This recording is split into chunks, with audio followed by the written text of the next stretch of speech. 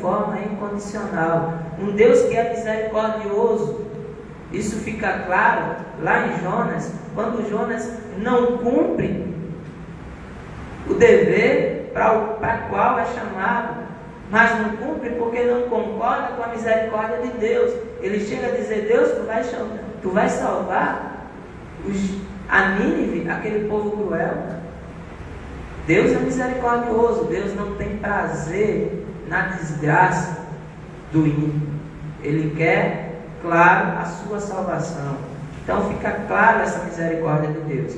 Mas é um Deus zeloso, tanto em Sofonias como em Abacuque, também fica claro isso, quando ele diz: olha, o meu povo se misturou com o pecado, e agora eu não sei quem é santo e quem não é. Por conta disso eu vou castigar este povo, para que este povo se lembre de mim mais uma vez.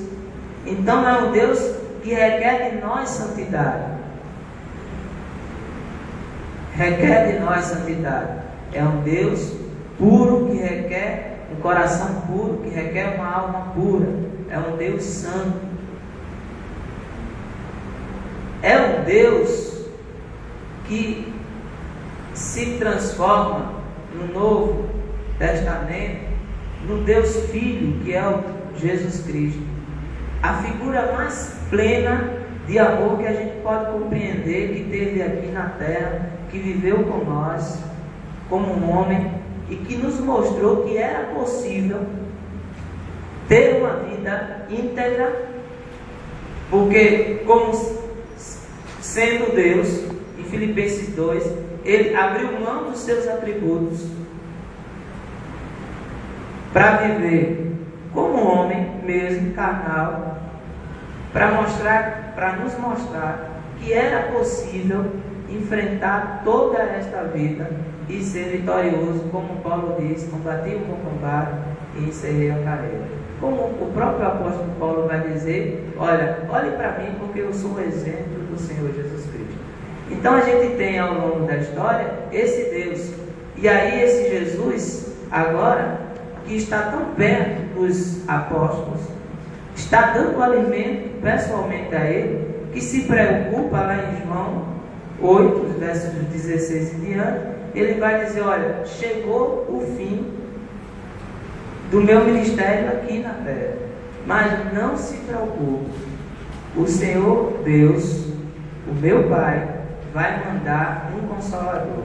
E aí vem a terceira figura, que é a figura do Espírito Santo, aquele que consola, aquele que nos revela o caminho da verdade, da justiça e do juízo de Deus. Então, ao longo da Bíblia, a gente tem esse Deus que cria, esse Deus que tem misericórdia, esse Deus que em Apocalipse se apresenta como sendo o Alfa e o Ômega, esse Deus que mostra que tem o poder e tem o domínio sobre todas as coisas, que tudo está na sua destra, que tudo está no seu controle. Esse Deus que vai se apresentar a Moisés no chamamento do monte, lá dizendo, quando Moisés pergunta a ele: Senhor, quando eu chegar no Egito, a quem eu vou anunciar como Deus? Ele vai dizer: diz somente eu sou, te envio. Isso é um verbo muito forte.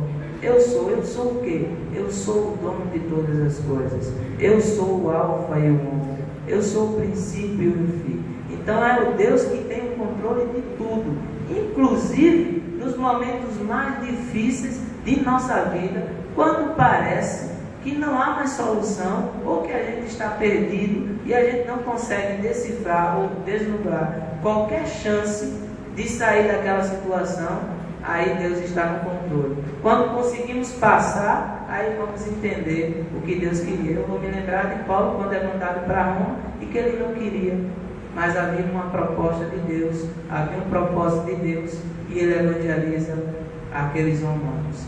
Então, assim, é esse Deus que se revela ao longo da Bíblia, e é esse Deus que me fascina.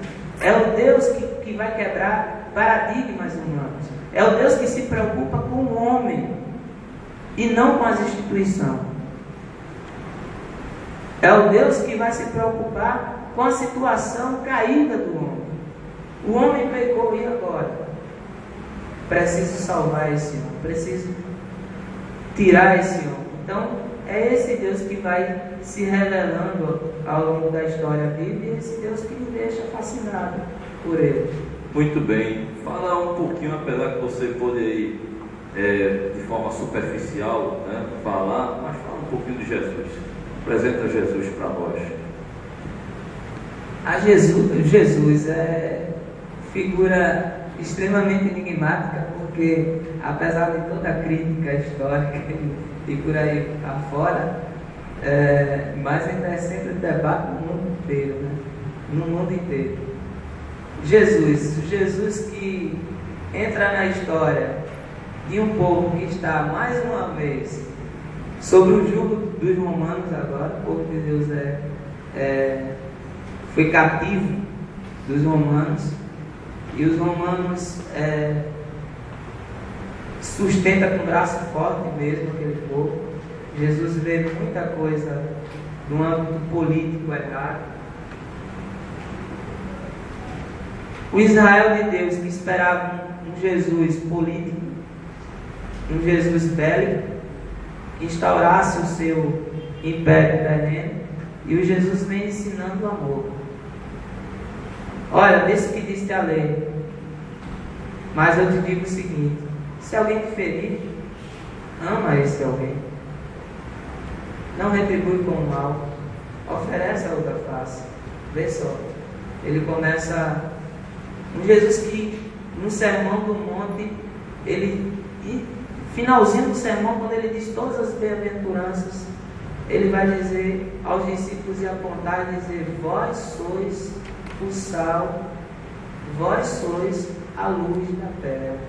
E ele estava dizendo que os discípulos seriam sal e luz se eles pudessem praticar as bem-aventuranças, se eles pudessem olhar para os humildes de coração, se eles pudessem olhar para aqueles que são injustiçados, se eles pudessem amar aqueles que os aborrecem, se eles pudessem viver a sua vida plena e cheia de amor.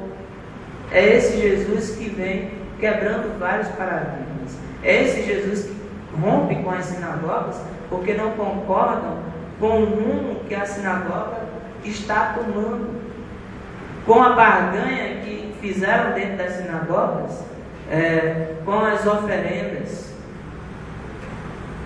E é nesse Jesus que se tem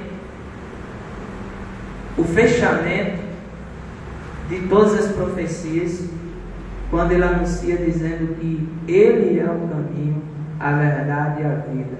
Quando ele diz em Mateus 11:28 que todos aqueles que estão cansados e sobrecarregados, vá até ele, porque ele tem alívio para dar.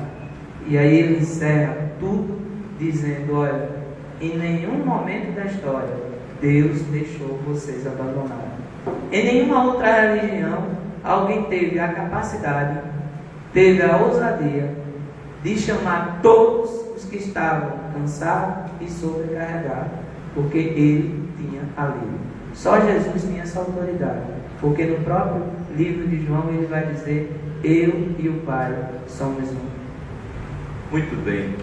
Os católicos costumam dizer que o Papa é o vicário de Cristo, né? Ele está no lugar de Jesus hoje, o Santo Padre está à frente da igreja, o chefe da igreja. Nós evangélicos temos uma visão diferente. Fala para nós, Geazi, um pouquinho desse que faz hoje o papel de Jesus entre nós. E fala dessa terceira pessoa. Uma pessoa extremamente falível. Então, não, perdão, você não compreendeu. Eu vim falando de Deus, aí Jesus, agora, que na visão deles, ele é o vicário. E para nós, o vicário seria a terceira pessoa da Trindade. Fala um pouquinho dele para nós. Salveu o Pablo agora, você meteu?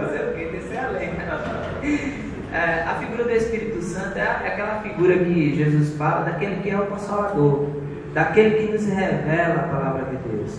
Sem ele é possível compreender. No próprio livro de João vai dizer que Deus é Espírito, e importa que os seus adoradores o adorem em Espírito e em verdade. Então, sem a presença do Espírito Santo, Nós somos incapazes